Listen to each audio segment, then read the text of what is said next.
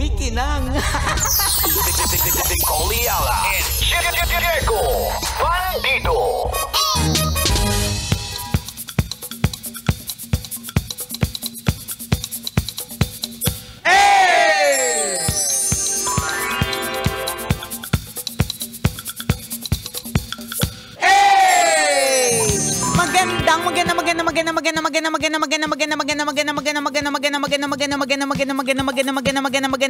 Magandang tanghali. Kumikinang na ulo, Diego Bandido.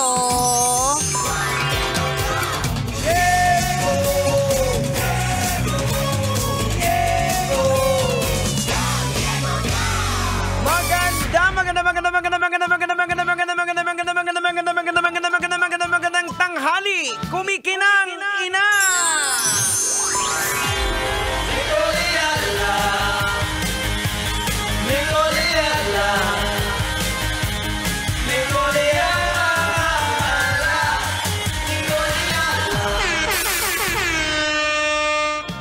Dear Nicole Ayala and Diego Bandido.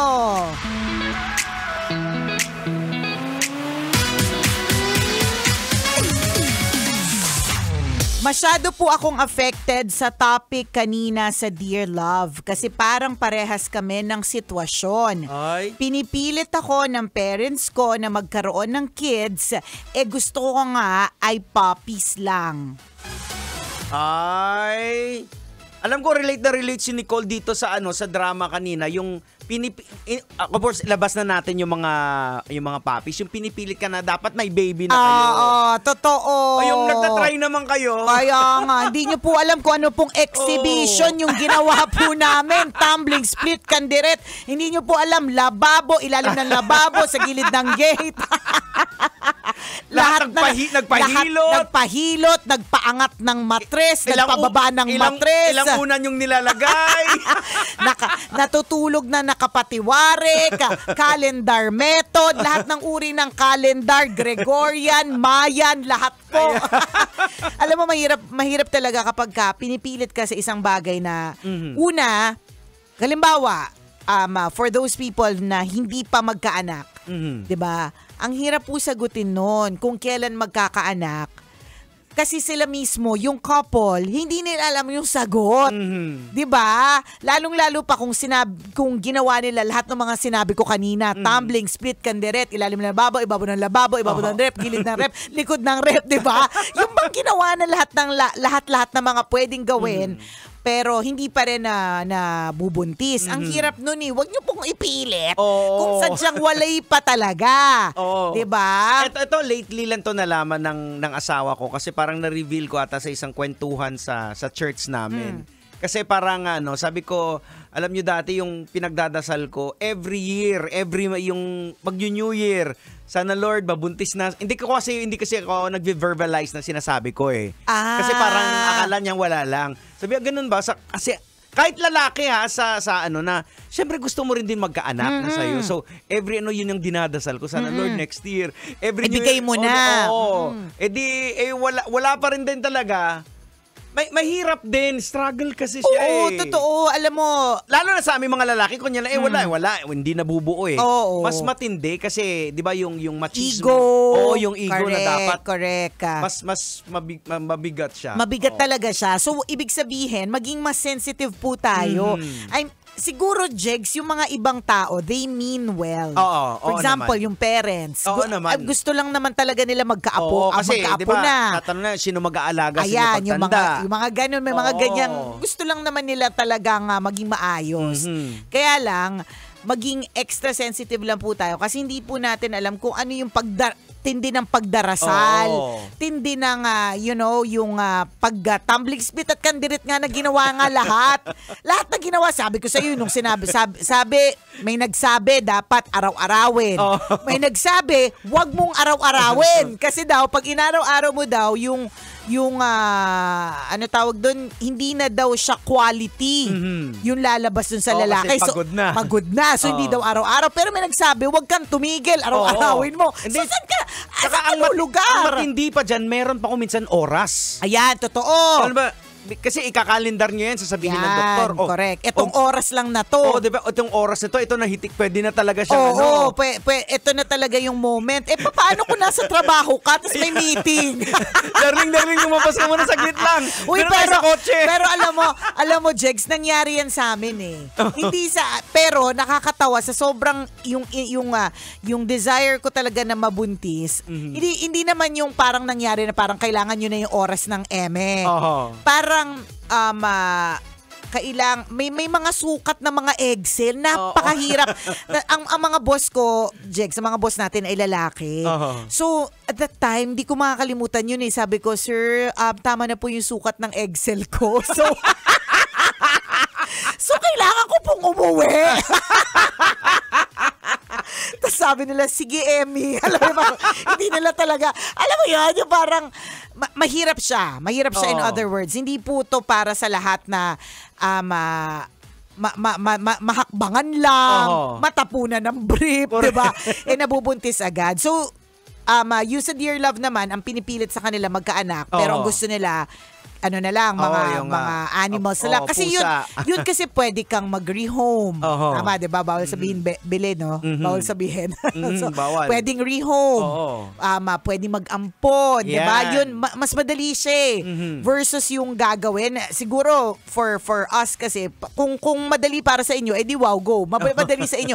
Sa amin kasi ni Diego, pinagdaanan talaga namin yung hindi naging madali talaga for us. At saka yung yung halimbawa, tama yung sukat ng Excel mo.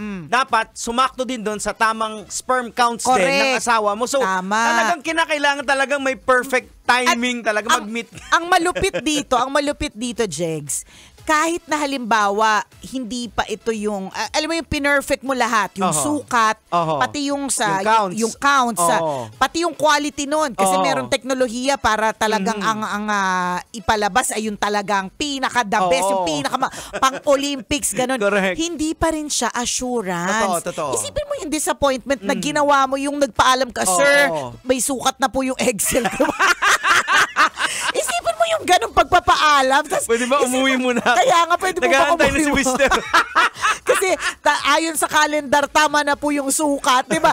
Isipin mo yung ganon na tapos in the end, after a few weeks na nag-aantay ka, hindi pa rin nabuo. Napaka-stressful. Alam mo yung isa sa mga dyan, yung magdi-delay ka. Di ba? Ay, sa totoo. Mababae. Correct. Akala mo, eto na. Ay, nako. Tapos pag-check mo, yung negative. frustration. Correct. Alam mo yung meron kaming parte ng CR namin, Jegs, na na nagkaroon ng parang dent. Kakabato ko ng pregnancy test. Nung araw. Kasi yung sinabi mo na yung may delay, minsan niloloko ko pa yung sarili ko. Halimbawa, ano ba ngayon? October 8. So, kunyari, ang sabi ng doktor, October 8, kailangan mag-pregnancy test ka, ha? So, ang gagawin ko, ay hindi ko gagawin October 8. Kung halimbawa, wala pa yung period. Gagawin ko mga October 10. Para syempre, parang yung delayed na talaga. Ganon din ginawa ni Mrs. Nilet. Nako, relate. Marami kaming nakaka-relate. Tapos pagdating ng October 10, negative. Nakakabwisit kaya. Tapos meron pa yung na syempre delay si Mrs. Tapos parang iniisip niya na naglilihi na siya. Ayan. Gusto niya nagbabawalan ako kumain ng tilapia kasi gusto kong kumain, hindi ako binibigyan. Ay, mga gano'n na. May mga gano'n na. Psychological. Tapos bigla magkakaroon siya. Diba? Nakaka-frustrate po siya. So, ganun po. Yung just in case hindi ka sensitive sa office mate mo bagong kasal o yung sa office mate mong ilang taon ng kinasal pero hindi pa nagkakaanak, diba? Maging extra sensitive lang po tayo kasi hindi natin, ito mga kinikwento namin ay ilan lamang sa mga scenario ng frustration. Correct. Iba pa po yung mag-a-attend kami ng mga party. Ako, at natatandaan ko for a while, hindi talaga ako nag-a-attend ng kahit anong event, maski libing. Kasi, basta may mga mag-gather na mga tao, whether masaya o malungkot ang dahilan, may magtatanong dyan, ba't hindi ka pa nagkakaanak? Uy, Emmy, ano na? Wala pa bang laman yan? Pero ito yung amazing, 'di ba? Kasi actually sinasabi sa Bible na yung pag-anak is a blessing talaga eh. Pero kailan nangyari nung nabuntis ka? Nung hindi na ako nung hindi na ako masyado na pressure. 'Di ba nung wala nang Nung wala nang tamang sukat ng correct. Wala nang intervention ng siyensya. Oo. Hindi natin sinasabing hindi magaling ang siyensya. Oo Kasi naman. magaling. Actually, yun din naman yung dahilan kung bakit marami din ang nabubuntis. Marami yung mga imposible, nagiging posible Oo. siyensya. Pero syempre, sino bang gumawa ng Yan. tao na nag-imbento Correct. ng mga teknolohiya? Yun yung mystery ng buhay talaga Oo, natin. 'di ba? So si God pa rin, let go and Oo, let God. tama. Oo, Oo. ganon. Kasi may mga purpose, may kung hindi man kayo magkaanak, may reason yan kung bakit. And kung halimbawa, hindi kayo magkaanak and then you decide to have mga pets, hindi na natin i-judge. Oo, wala rin naman. Wala namang problema kasi ang mga fur parents ay actual parents din talaga sila. Actually, sa totoo lang mas magastos pa nga minsan sila eh. Oo. Yung mga animals, Ay, pag yung mga nagkasakit pets. sila? Ay, oo. Tsaka, natandaan ko nga, di ba nabuntis yung aming poodle? Ultrasound pala talaga yun na parang normal na tao para malaman ko ilan yung anak eh. Tapos sabi namin, hindi, surprise us na lang. Ayaw gumastos. Kasi mahal. Totoo, mahal eh. Kasi ultrasound pala talaga. Oo. Diba? So, magastos din. Aha. And it's their choice. At saka plus ngayon, sa mundo ngayon na medyo cruel, 'di ba? Ayun Sa mundo ng Ghost Project, Correct. sa mundo ng biglaang flash floods. Yes. 'Di ba? Nakakagulat yung Sobra, flash flood. Parang oo. alam mo, nananahimik ka, nagbabayad ka ng bills, tas may highway yun Oo, tapos may biglang flash flood. Diba? So kung naiintindihan natin yung mga ibang mga tao, if they do decide na hindi na lang, kami na lang siguro mag-asawa. Wag na kami magdamay ng mga inosenteng bata yan. sa mundo. Kasi yun din halimbawa, may mga makikita ka sa kalsada, parang kawawa talaga yung mga baby na maiisip mo na, Lord, paano kaya sila? Ano kayang buhay yung meron sila? Kaya magigets mo yung iba na kung bakit natatakot, ayaw nila, or they decide to be fur parents. At hindi natin sinasabing lang ang pagiging fur parent. Baka may mga sensitive dyan. Kasi kami mismo ni Diego ay fur parents kami. Kasi diba? yung mga alaga natin, yung mga cats or dogs man yan, ang laking bagay na, especially yung may mga anxiety, may mga mental struggle. Correct. Diba si Ren, diba? Yung aking asawa, ginawa ko yung lahat ng best ko para matanggal yung anxiety niya. Ang nakatanggal po ng anxiety niya ay poodle. Hindi po ako, yung poodle po. Ibang klaseng animal pala, sabi ni Nicole. Animal ako eh. Animalistic lang pala ako. Yung pala tunay na animal yung gusto niya. Hindi kasi yung mga pets, proven din naman talaga totoo sila yan. na. Kasi like sa akin nung during the COVID time na inaatake din ako na anxiety, hindi ako makatulog. Tatabi ako sa asawa ko, bumababa, humihiga na ako sa sahig. Aso ko yung kayakap ko. Diba? Minsan Niyakap nakaka-hurt ko. kayo eh. Yung aso, nakakatulog ako pag aso yun. Tama. Yung aso, hindi kayo na nagre-reklamo na medyo may amoy. Ako minsan sasabihin sa akin ng asawa ko, ang baho ng anit mo. Huwag ka dumikit. Charas.